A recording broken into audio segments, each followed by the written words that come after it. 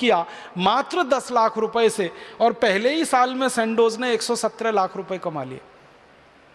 फिर उसके बाद सीबा गायगी ने 1947 में काम शुरू किया 3 लाख रुपए से, और सीबा गायगी ने पहले ही साल में 196 लाख रुपए कमा लिए इस देश में से। तो विदेशों से आने वाली कंपनियां बहुत थोड़ी सी पूंजी लेकर आती हैं और उससे कई गुना ज़्यादा पूंजी पहले ही साल में ले जाती हैं। तो पूंजी बाहर से भारत में आती नहीं है, भारत की पूंजी बाहर जाती है। और अब ये जो नया पेटेंट कानून आ गया, इसके बाद तो ये लूट और ज़्यादा होने वाली है, क्योंकि पुराने पेटेंट कानून में तो इन कंपनियों के ऊपर थोड़ा नियंत्रण रहता था, नए पेटेंट कानून का तो वो सारा नियंत्रण ही खत्म हो गया।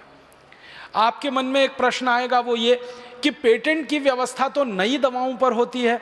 हाँ, सैद्धांतिक रूप से तो ये बात सही है, नई दवाओं पर होती है, लेकिन जिन दवाओं पर इन कंपनियों को पेटेंट मिल जाता है वो दवाएं नई हों हमेशा ये जरूरी नहीं होती हैं। पुरानी दवाओं में थोड़ा परिवर्तन करके उनको नया बना लिया जाता है। थोड़ा सा परिवर्तन करते हैं, मामूली सा परिवर्तन करते हैं, और वो नई दवा के रूप में रजिस्टर हो जाती है। तो अब तक उन्होंने लूटा पुरानी दवा बेचकर, अब उसी में थोड़ा मामूली परिवर्तन करके उसको नया बना दिया। दवा मूल रूप से वही पुरानी है, अब पेटेंट व्यवस्था में लाके उसको और 20 साल मोनोपोली लेके लूटेंगे बाजार को। तो ये एकाधिकार का मामला बड़ा खतरनाक है, और भारत सरकार ने ये पेटेंट कानून लागू कर दिया। और इस पेटेंट कानून के बाद देश में धड़ल्ले से विदेशी कंपनियों के मुनाफे बढ़ रहे हैं। एक छोटा सा अभ्यास करने की कोशिश की हमने कि पेटेंट कानून बदलने के पहले और पेटेंट कानून बदलने के बाद कंपनियों के मुनाफे में कितना अंतर आया है। तो आप हैरान हो जाएंगे, जब तक 1970 का पेटेंट कानून इस देश में लागू था, कंपनियों के मुनाफे में 1,000% और कहीं कहीं तो 20,000% का मुनाफा बढ़ गया पेटेंट कानून लागू होने के बाद, क्योंकि दवाओं की कीमतें बढ़ गई। पेटेंट के कानून लागू होने के पहले वो दवा बाजार में 10, 12, 15 रुपए में उपलब्ध थी। पेटेंट कानून लागू होते ही वो दवा 650 रुपए में हो गई। 10 टैबलेट की स्ट्रिप कोई एक पर्टिकुलर मेडिसिन की पेटेंट कानून के पहले 25, 22, 23 रुपए में बाजार में थी, वही 10 टैबलेट की स्ट्रिप अब बाजार में 740 रुपए की हो गई। ऐसी 85 दवाएं हैं जिनका हमने बाजार से सर्वेक्षण करके निकाला कि पेटेंट के पहले 10, 12, 15, 20 रुपए में 10 टैबलेट मिल रही हैं, पेटेंट कानून बदलते ही 750, 800, 1100, 1200, 1500 रुपए में 10 टैबलेट हो गई। इतनी महंगाई बढ़ गई दवाओं के क्षेत्र में। और ये महंगाई आप सभी डॉक्टर महसूस करते होंगे पिछले 8-10 वर्षों में सबसे ज़्यादा बढ़ी है, क्योंकि पिछले 8-10 वर्ष पहले ही ये पेटेंट कानून बदला गया। 1995 में सरकार ने ये पेटेंट कानून बदला और पूरी तरह से 2001 में इसमें पूरी ताकत से देश में लागू करा दिया। अब इस पेटेंट कानून में हमारे देश की स्थिति और हमारी कंपनियों की स्थिति कमज़ोर होती जा रही है। अमेरिका और यूरोप की कंपनियों की ताकत इसमें बढ़ती चली जा रही है। तो आप बोलेंगे इसमें क्या करना चाहिए? मुझे ऐसा लगता है कि आप सभी डॉक्टरों की मदद से इस देश में एक बड़ा अभियान चलाना चाहिए कि ये पेटेंट के दायरे में दवाओं के आने के बाद जो कीमतें बढ़ी हैं और विदेशी कंपनियों ने मुनाफाखोरी शुरू की है, जो लूटखोरी शुरू की है, उसके ऊपर नियंत्रण भी आप सभी लोग लगा सकते हैं। कुछ चुनी हुई कंपनियां हैं जिनके लिए ये सारा खेल हो रहा है, जैसे फाइजर है, जैसे एली लिली है, जैसे ग्लैक्सोस्मिथक्लाइन बीचम है, जैसे सैंडोज है, जैसे वुरो वेलकम है। ऐसी चुनी हुई दुनिया की 50 कंपनियां हैं जो इस समय भारत में हैं। उनके लिए ये सारा पेटेंट कानून बदला गया और उन्होंने जबरदस्त लॉबिंग करके सरकार के अधिकारी और नेताओं के स्तर पर घूसखोरी फैलाकर इस कानून को अपने पक्ष में करवा लिया।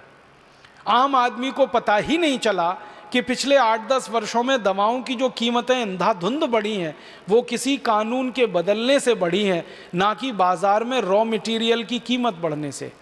हमको कई बार ऐसा लगता है, कई हमारे डॉक्टर मित्र हैं वो कहते हैं कि शायद 8-10 वर्षों में जो मूल दवाएं हैं, जो रॉ मटेरियल है, जो केमिकल्स हैं, उनकी कीमतें बढ़ी होंगी, इसलिए दवाओं की कीमतें बढ़ी हैं। आपको हैरानी होगी जानकर कि कई मूल दवाओं की कीमतें पिछले 10 साल में घटी हैं, बिल्कुल घटी है। मैं बताता हूँ, एक दवा है, एक खास तरह की दवा नाम नहीं ले रहा हूँ उसका, 24,000 रुपये किलो के आसपास थी 10 साल पहले। अब वो दवा 1,000-1,200 रुपये किलो के आसपास इस देश में बन रही है। इतनी कीमत उसकी कम हुई है। 36-37 हज़ार रुपये किलो की एक मूल दवा थी, आज वो 700-800 रुपये किलो में बन रही है। तो 8-10 वर्षों में मूल दवाओं की कीमतें, रसायनों की कीमतें घटी हैं, फिर भी बाजार में बिकने वाली जो ब्रांडेड मेडिसिन है उनकी कीमतें हज़ारों % बढ़ी हैं। उसका कारण है पेटेंट का कानून और किन्हीं कंपनियों की पूरे बाजार पे मोनोपोली और उनका एकाधिकार। आप इन कंपनियों की मोनोपोली को चुनौती दे सकते हैं और इनके एकाधिकार को तोड़ सकते हैं।